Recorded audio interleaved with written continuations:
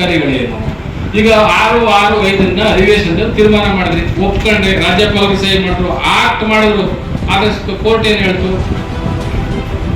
Reject ಮಾಡಕ್ ಬರಲ್ಲ ಅಂತ ಹೇಳ್ತಾರೆ. ಆಯ್ತು, 15ರಲ್ಲಿ ಮಾಡ್ತೀವಿ. 15ರಲ್ಲಿ ಮಾಡ್ಬೇಕಂದ್ರೆ ಹೆಂಗೆ ಅದನ್ನ ಡಿವೈಡ್ ಮಾಡ್ತೀರಾ? ಎಷ್ಟು ಪರ್ಸೆಂಟೇಜ್ ಡಿವೈಡ್ ಮಾಡ್ತೀರಾ? ದತ್ತಾಂಶನೇ ಇದೆ, ಎಂಪರಿಕಲ್ ಡೇಟಾನೇ ಇಲ್ಲ. ಈ ತರ ರಾಜ್ಯ ಸರ್ಕಾರ ಗೊಂದಲಗಳನ್ನ ಮಾಡಿಕೊಂಡು ಇಡೀ ಜನ ಸಮುದಾಯವನ್ನ, ಇಡೀ ಶೋಷಿತ ಸಮುದಾಯವನ್ನ, ಇದು 101 ಜಾತಿಗೆ ಸಂಬಂಧಪಟ್ಟಂತ ವಿಷಯ, ಇದು ಸೂಕ್ಷ್ಮ ವಿಷಯ. ಇಂಥ ವಿಷಯವನ್ನು ಇಟ್ಕೊಂಡು ವಿಶೇಷ ಈ ಕ್ಯಾಬಿನೆಟ್ ಕರೆದೇ ನಮ್ಗೆ ಅವಮಾನ ಮಾಡ್ತಿದ್ದಾರೆ.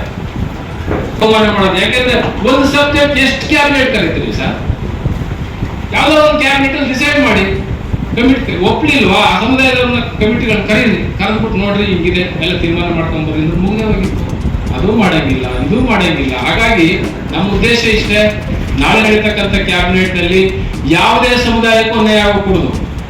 ರೋಸ್ಟರ್ ಆಗಿರ್ಬೋದು, ಅವ್ರ ಪರ್ಸೆಂಟೇಜ್ ಆಗಿರ್ಬೋದು, ಅವ್ರ ಜನಸಂಖ್ಯೆಗೆ ಅನುಗುಣವಾಗಿ ಏನ್ ಕೊಡ್ಬೇಕು ಅಂತಿದ್ರು ಎಲ್ಲರಿಗೂ ಸಮಾನವಾಗಿ ಕೊಟ್ಬಿಡ್ಬೇಕು.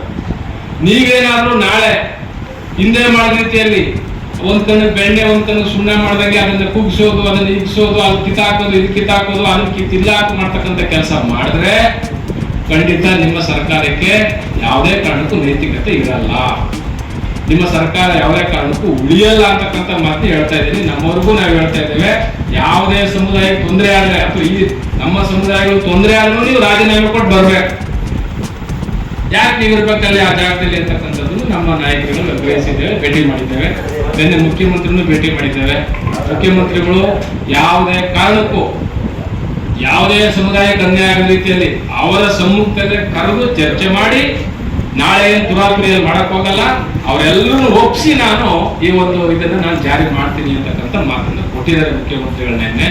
ನಾವಿವತ್ತು ನಾವು ಮಾಡ್ತಕ್ಕಂಥ ಉದ್ದೇಶ ಇಷ್ಟೇ, empirical data is most important. Supreme court ತೀರ್ಪಲ್ಲಿ ಏನ್ ಹೇಳ್ತಾರೆ ಅಂದ್ರೆ, ರಾಜಕೀಯ ಹಿತಾಸಕ್ತಿಗೋಸ್ಕರ ಮನ ಬಂದಂತೆ ಯಾವುದೇ ನಿರ್ಧಾರಗಳನ್ನ ತೆಗೆದುಕೊಳ್ಳಬಾರದು. ಇದು ಸುಪ್ರೀಂ ಕೋರ್ಟ್. ನಿಮ್ಮ ರಾಜಕೀಯ ಹಿತಾಸಕ್ತಿಗೋಸ್ಕರವಾಗಿ ಮನಸ್ಸಿಗೆ ತೋರಿಸಿದಂಗೆ ನೀವೇನು ಮಾಡಕ್ ಬರಲ್ಲ ಅಂತ ಕೋರ್ಟ್ ಪುನರ್ ಪರಿಶೀಲನೆ ಮಾಡ್ತೀವಿ ನಾವು ಅಂತ ಹೇಳಿದೆ ಕೋರ್ಟ್. ಇದನ್ನು ತಮ್ಮ ಪತ್ರಿಕಾ ಹೇಳಿಕೆ ಮುಖಾಂತರ ನಾನು ದಾಖಲು ಮಾಡ್ತಾ ಇದ್ದೇನೆ. ಯಾವುದೊಂದು ಸಹ ಕಾನೂನುಬದ್ಧವಾಗಿರ್ಬೇಕು. ಎಂಪರಿಕಲ್ ಡಾಟಾವನ್ನ ನೀವು ಇಟ್ಕೊಳ್ಳಾರ್ದೇನೆ ಹೆಂಗೆ 15ರಲ್ಲಿ ಮಾಡ್ತೀರಾ? ನಾವು ಹೇಳೋದು 15% ಇದೆ, ಜಾರಿ ಗೋಷ್ಠಿಯನ್ನು ಇವತ್ತು ಆಯೋಜನೆ ಮಾಡಿದ್ದೇವೆ.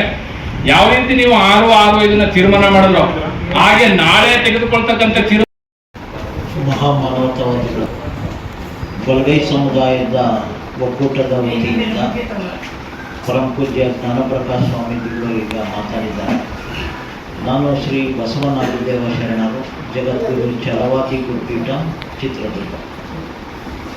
ಪರಮ ಪೂಜ್ಯ ಸ್ವಾಮೀಜಿಗಳು ಈ ಇಶ್ಯೂ ಬಗ್ಗೆ ಇಲ್ಲಿ ತನಕ ಸಾದರಪಡಿಸಿದಂತಹ ವಿಷಯದಲ್ಲೇನೆ ಕರ್ನಾಟಕದ ರಾಜ್ಯಾಂಗದ ಇತಿಹಾಸ, ಇಡೀ ಭಾರತವೇ ತಿರುಗಿ ನೋಡೋ ಅಂತ ಐವಾದವನ್ನು CMO CS ಮಾಡಿದ್ದಾರೆ ಅಂತ ನಾನು ಆಪಾದನೆಯನ್ನು ಮಾಡೋದಕ್ಕೆ ಇಷ್ಟಪಡ್ತೇನೆ.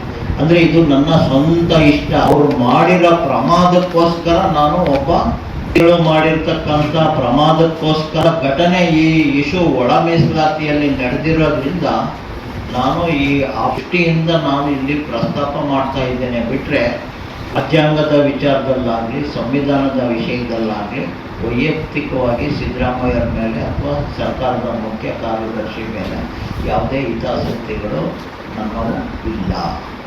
ಪರಮ ಪೂಜ್ಯ ಸ್ವಾಮೀಜಿಯರು ಪ್ರಸ್ತಾಪ ಮಾಡೋದು ಕ್ಯಾಬಿನೆಟ್ಗೆ ಬರೋದಕ್ಕಿಂತ ಮುಂಚೆ ಒಂದು